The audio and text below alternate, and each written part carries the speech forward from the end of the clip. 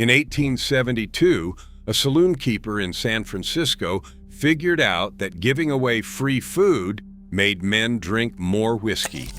He set salted herring, pickled eggs, and rye bread on a long counter, and his bar sales tripled in a week.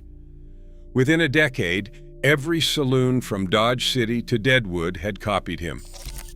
The free lunch counter became the most important meal of the day for cowhands, gunslingers, and outlaws on the Dodge. Number 14 on this list was so salty that one bite sent men back to the bar 3 times. Number 3 was sold from a tin pail on street corners by a man who became a millionaire from it. These 25 saloon foods fed the men who made the Wild West wild, and Hollywood scrubbed almost every one of them out of the picture. Hit that subscribe button.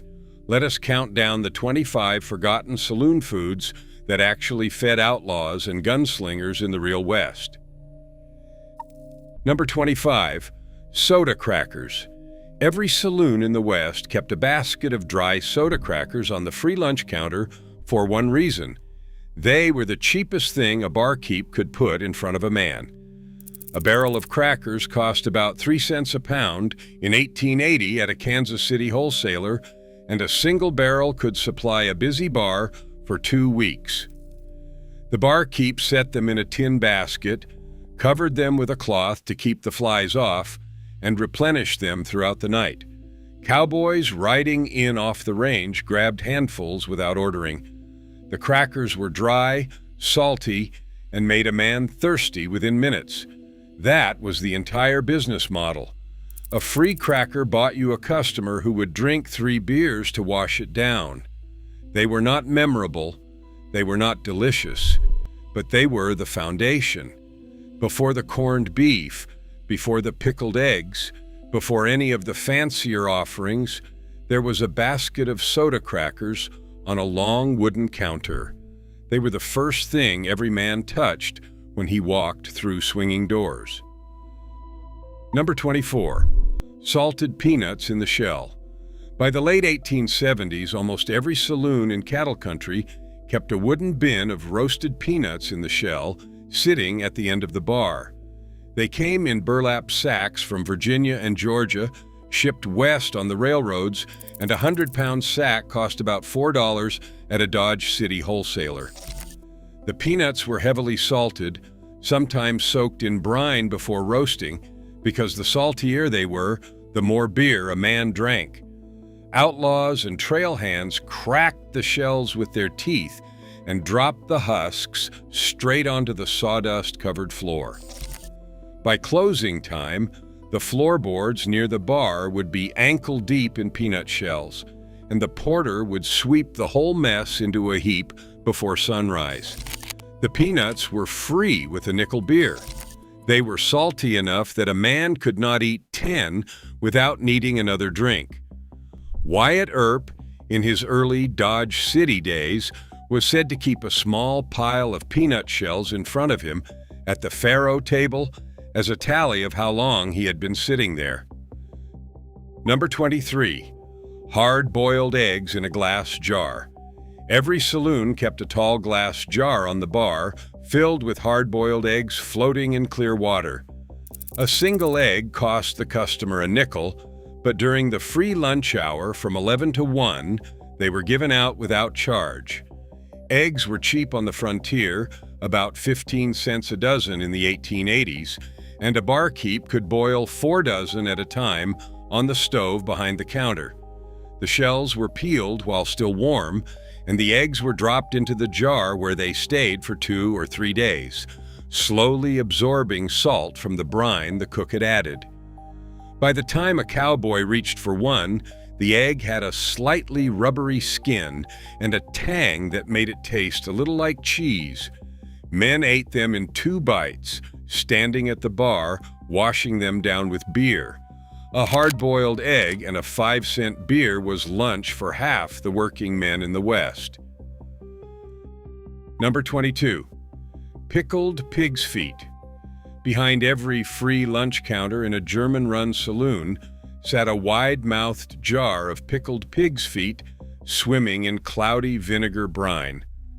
They were boiled first, then submerged for 2 weeks in a brine of vinegar, salt, pickling spice, and bay leaf until the meat turned shin and the connective tissue gelled into something that could be eaten cold with the fingers. The flavor was sharp, sour, and porky in a way that nothing else on the counter could match. A pig's foot cost the saloon owner about 3 cents apiece from the local butcher who had no other use for them. Customers ate them straight off a small wooden plate set next to the jar, picking at the meat and gristle and dropping the bones into a tin pail. In Deadwood, Calamity Jane was known to favor the pickled feet at the number 10 Saloon. They were poor man's food elevated by brine and patience, and they delivered enough salt to keep a thirsty man at the bar for an hour. Number 21. Smoked herring.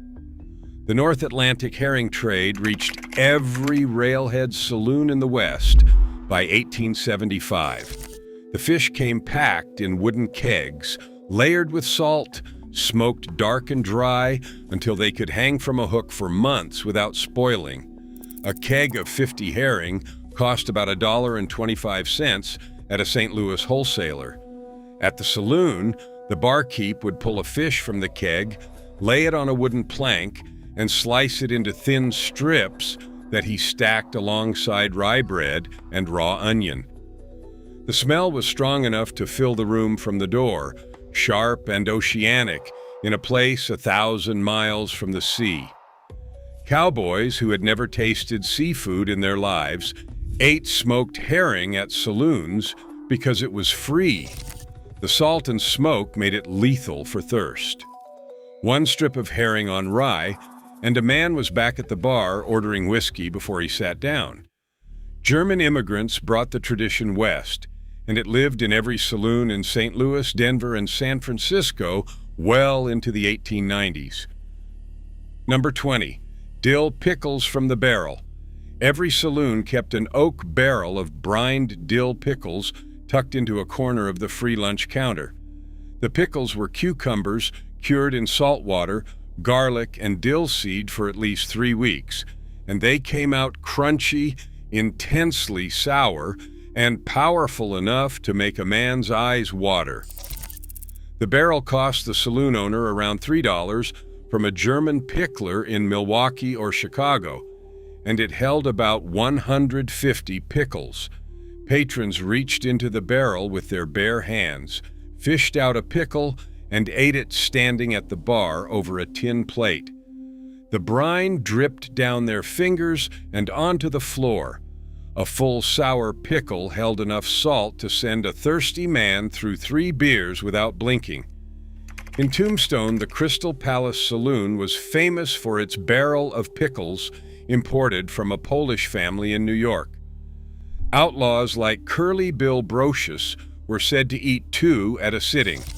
Today, the pickle barrel has vanished from American bars entirely, replaced by jarred pickles nobody touches.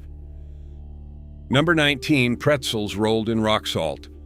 The soft pretzel arrived in the West with German immigrants who set up bakeries in Cincinnati, St. Louis, and Milwaukee, and from those cities the pretzel rode the rails to every railroad town between Chicago and San Francisco. A saloon would buy them by the dozen each morning from the local German baker for about 10 cents a dozen. They came rolled in coarse rock salt, twisted into the familiar knot, and they were displayed in a tall wicker basket on the counter alongside the cheese and bread. The pretzel was the perfect saloon food. It was salty enough to drive thirst, dry enough to make a man crave a beer, and large enough to feel like an actual meal. A single pretzel could fill a man's stomach until supper. The basket was refilled 3 times a day in a busy saloon. By the 1890s, in cities like St. Louis, an entire industry of pretzel bakers existed solely to supply the saloon trade. When Prohibition closed the saloons in 1920, half the German pretzel bakeries in the Midwest closed with them. Number 18. Bologna on rye. Long before Bologna became a children's lunch meat, it was the workhorse protein of the saloon-free lunch counter. The sausage came from German butchers in Chicago and Cincinnati, where it was smoked, cured, and shipped in long red tubes that could last a week without refrigeration. A pound of bologna cost the saloon about 12 cents in 1885. The barkeep would slice it thick, lay it on a slab of dark rye bread, smear it with yellow mustard, and stack the sandwiches on a tin tray under a cloth. A cowboy could grab one, eat it in 3 bites at the bar, and order another beer before he finished chewing. The bologna was heavily salted and smoked, and the meat added a bite that lingered. In rough mining towns like Bodie and Tombstone, a bologna sandwich was often the only hot meal a man got between breakfast and the next morning. The combination of cured pork, dense bread, and sharp mustard was filling enough that even a wanted man on the run could eat one in a hurry and keep moving. First, pattern break. Here is where the saloon-free lunch story turns into something nobody told you in school. By 1885, the free lunch had become so important to working men in the West that entire labor unions wrote it into their bargaining demands. The saloon was not just a bar, it was the only restaurant a working man could afford. A nickel beer with a free spread of corned beef, rye bread, pickles, hard-boiled eggs, and cheese could feed a grown man for the day. Reformers and temperance crusaders attacked the free lunch ferociously, calling it a trap that lured men into drink. They were not entirely wrong. Saloon owners admitted openly that the food was designed to make men thirsty, but the food was also real, hot, and reliable in a country where most workers had no kitchen of their own. When Prohibition arrived in 1920, the free lunch counter died overnight, and an entire class of Americans suddenly had no idea where their next meal was coming from. The saloon had been feeding them all along. Number 17, Limburger cheese on rye. No food on the saloon counter was more notorious than Limburger. The cheese arrived in small wooden boxes from Wisconsin dairies run by Swiss and German immigrants, and it was famous for an odor so powerful it could clear a room. A box of Limburger cost the saloon owner about 20 cents in 1888, and a single box could last a week on the counter. The cheese was sliced thick, laid on a slab of dark rye bread, topped with a thick slice of raw onion, and held together with toothpicks. The smell of Limburger and onion, mixed with cigar smoke and stale beer, was the signature scent of a German saloon in St. Louis or Milwaukee. The taste was sharp, ammoniated, and intensely savory. Men who could tolerate it loved it fiercely. In 1935, a Wisconsin senator famously defended the cheese on the Senate floor when a constituent's Limburger shipment was nearly banned by the Postal Service. That cheese had built bars across half a country. Today you can hardly find it in an American grocery store. Number 16, sardines straight from the tin.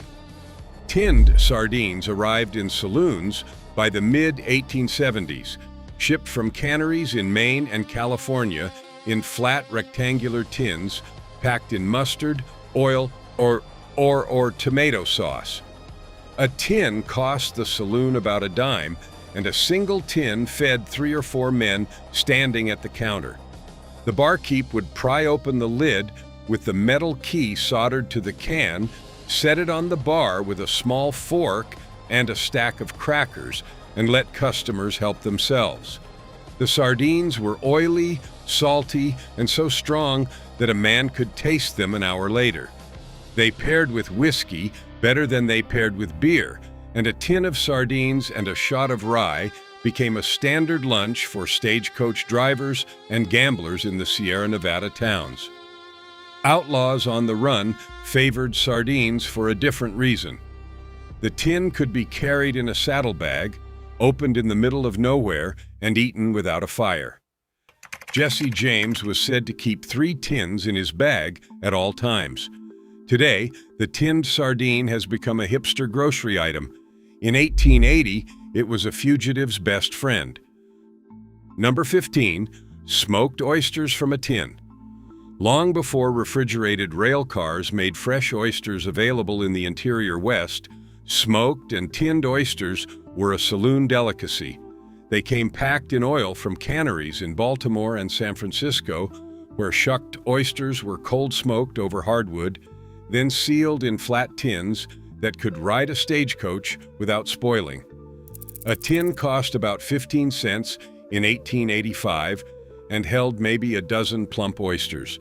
The barkeep would open one, drain off the oil, and set the tin on the counter with a small fork. Customers stabbed the oysters out one at a time, ate them on a saltine cracker, and chased the briny smoke with a swallow of beer. The flavor was intense, deeply oceanic, and entirely unlike anything else on the frontier. In Denver and Cheyenne, the smoked oyster became a sign that a saloon was trying to feel sophisticated. Cattle barons ate them with whiskey. Bank robbers ate them with beer. The tin came from the same factories that fed Civil War soldiers, and the technology stayed almost unchanged for 50 years. Number 14, salt pork sandwich. This was the saltiest item on the free lunch counter, the one that sent men back to the bar 3 times in an hour. Salt pork was cured fatback, sliced thin, laid cold on rye bread with a smear of mustard, and stacked under a cloth on the counter. The fat was nearly white, streaked with one thin line of pink meat, and the salt content was so high that a single bite made a man's mouth dry instantly. A pound of salt pork cost the saloon owner about 8 cents in the 1880s, and a pound made enough sandwiches to feed 20 men. The fat melted slightly at room temperature, soaking into the bread, and the result was rich, salty, and powerful enough to make a man order beer the way another man might order water. Buffalo Bill Cody, in his Wild West show days, was rumored to favor the salt pork at a particular saloon in North Platte, Nebraska. The sandwich was crude, brutal, and exactly what a hard-working man needed at noon. Modern American eaters would push it away after one bite. Frontier men ate 3. Number 13, sauerkraut. In the German saloons of the Midwest and the Great Plains, no free lunch counter was complete without a deep crock of sauerkraut. The cabbage was shredded, salted, and fermented for 6 weeks in oak barrels until it turned tart, soft, and intensely vinegar sharp. A saloon would buy a 50-pound barrel from a local German farmer for about $1.50, and the barrel sat on the back counter, scooped out by the spoonful onto plates of bratwurst, salt pork, or rye bread. The sauerkraut was cold, crunchy at the edges and soft in the middle, and the acidic bite cut through the richness of every fatty meat on the counter. It also held more salt per spoonful than almost anything else on the table, which suited the bar's purposes perfectly. In Milwaukee and Cincinnati, sauerkraut became as much a part of the saloon experience as the beer itself. German immigrants brought the technique west, and by 1890, even Anglo-American saloons in cattle country kept a crock on the counter. Today, sauerkraut barely exists outside of hot dog stands. Once, it was on every bar from Pittsburgh to Portland. Number 12, Liverwurst on dark bread. Liverwurst was the cheap, dense, intensely flavored sausage that German butchers made from pork liver, fat, and onion, ground fine and packed into a casing. A pound cost the saloon owner about 10 cents, and it kept for a week in the cellar without spoiling. The barkeep would slice it thick, spread it on dark pumpernickel or rye, top it with a slice of raw onion, and set the sandwiches on the counter under a cloth.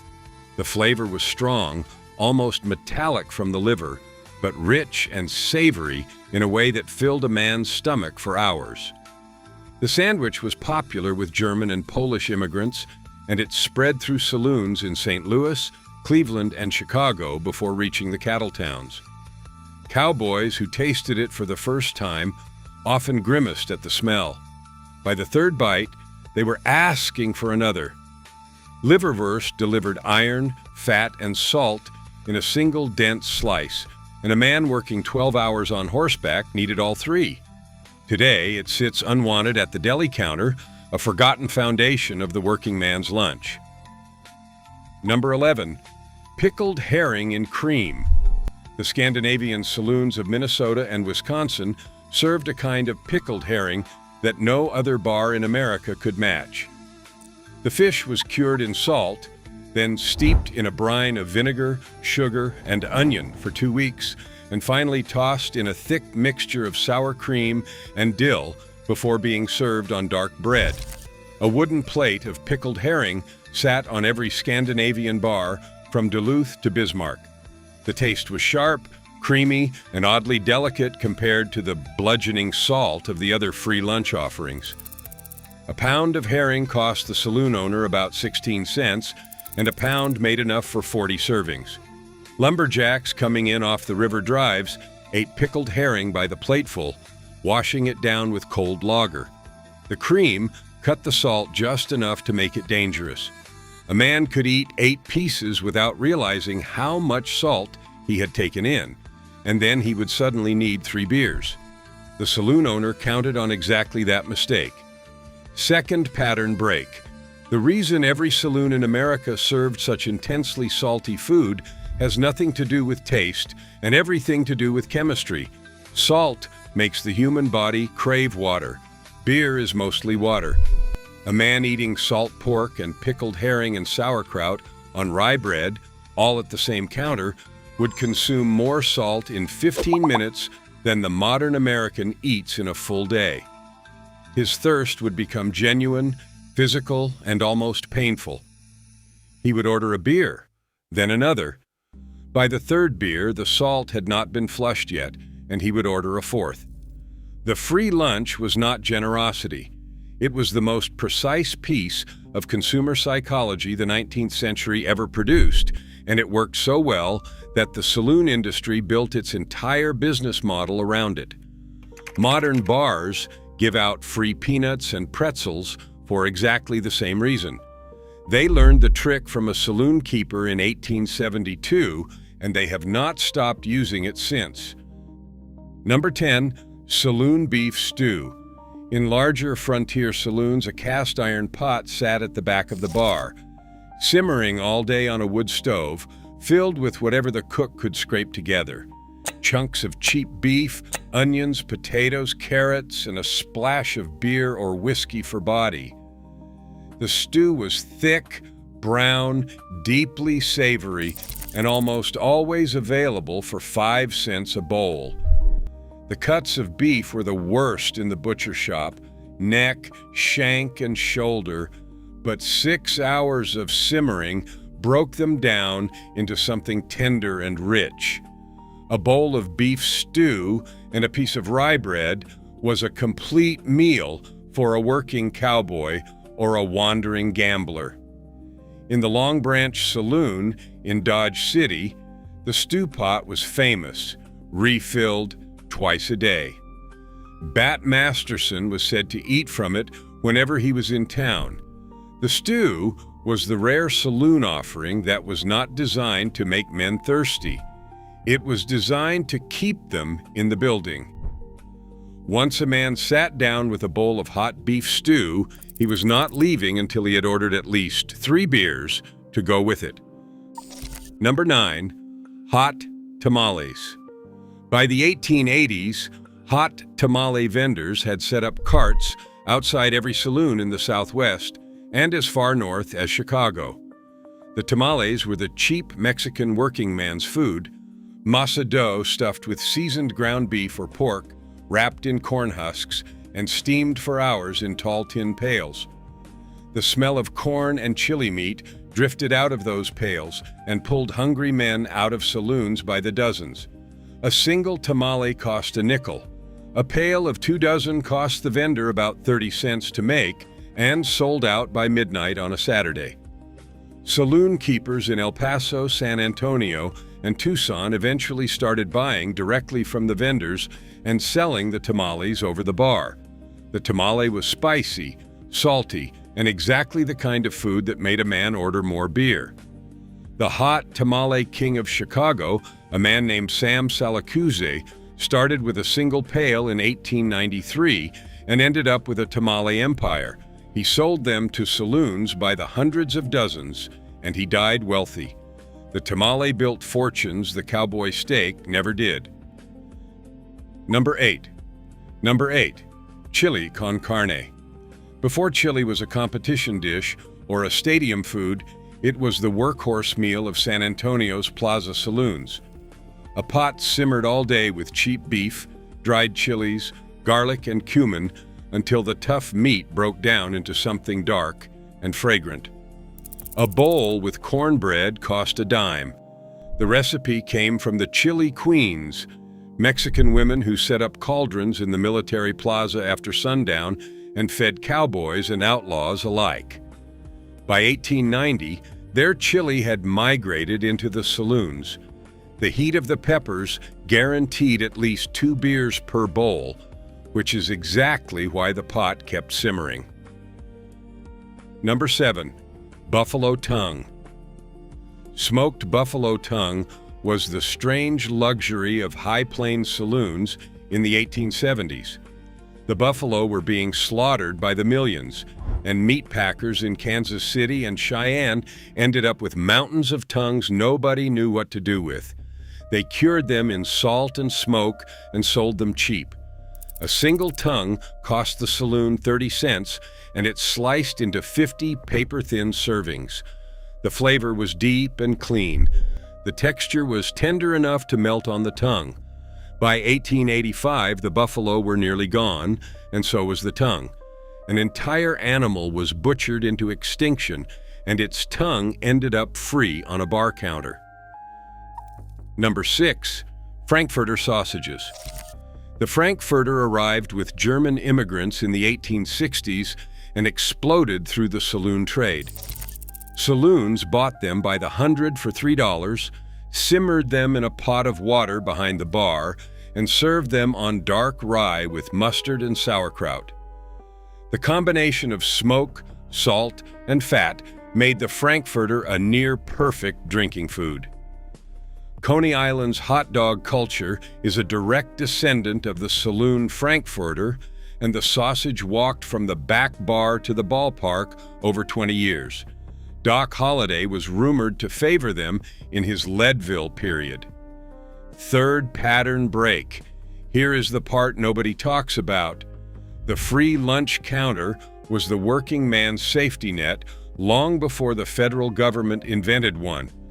A nickel beer with a full spread of food was lunch for half the laborers in America from 1870 to 1920. When Prohibition shut down the saloons, that entire infrastructure of cheap, reliable, hot food disappeared overnight. Soup kitchens during the Great Depression had to be invented in part because the saloon-free lunch had vanished. The history books call Prohibition a moral movement. The hungry men in 1920 called it the day lunch died. Number 5. Cracklins and rinds. In the southern saloons of New Orleans and Memphis, a glass jar of pork cracklins sat on the bar at all times. Strips of pigskin and fat were rendered slowly until the skin puffed crisp. A pound of fresh skin cost the saloon almost nothing, often given away by the butcher. The cracklins were dusted in salt and cayenne and served in tin bowls along the counter. The fat coating in the mouth meant the alcohol hit slower, which was good for the customer and even better for the saloon. The Southern cracklin tradition lived in roadside gas stations well into the 20th century. The saloon version is gone. Number 4. Hangtown Fry. Born in the California gold rush mining town of Placerville, nicknamed Hangtown for its frequent executions, This dish migrated into the saloons of San Francisco and Virginia City. The story holds that a newly rich miner walked in and demanded the most expensive meal the cook could prepare. The cook combined the three priciest ingredients in the kitchen: oysters shipped in barrels from the coast, bacon from the smokehouse, and fresh eggs from a local farm. A plate cost $6, more than most men earned in a day, and ordering one was a public announcement that a man had struck gold. Buffalo Bill ordered it whenever he toured California. Number 3, rye bread with mustard and butter.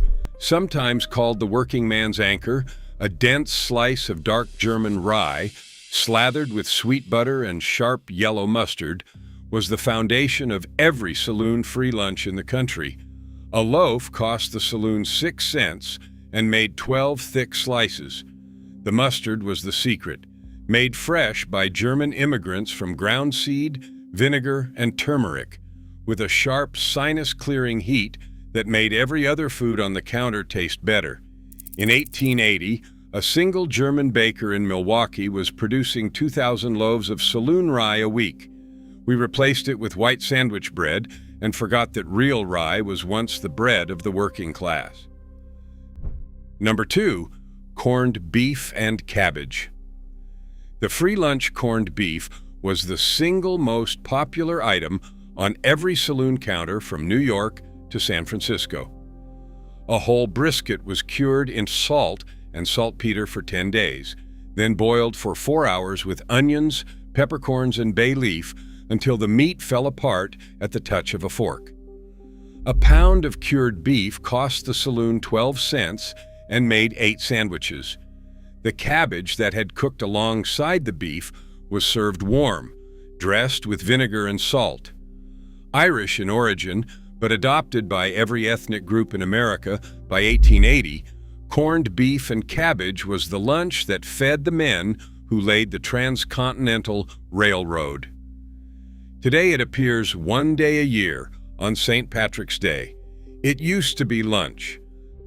Number 1, the pickled egg. No food has ever been more associated with the American saloon. Hard-boiled eggs were peeled warm and dropped into a tall glass jar filled with brine of vinegar, salt, and pickling spice. They sat for 2 weeks, slowly absorbing the acid until they took on a flavor so sharp and savory that it could not be matched by anything else on the counter. The jar lived on the bar, visible from the door, and the eggs cost a nickel apiece. A single pickled egg held enough salt and acid to make a man drink 3 beers. Wild Bill Hickok was said to eat 2 with every meal at the number 10 saloon in Deadwood, where he was eventually shot in the back.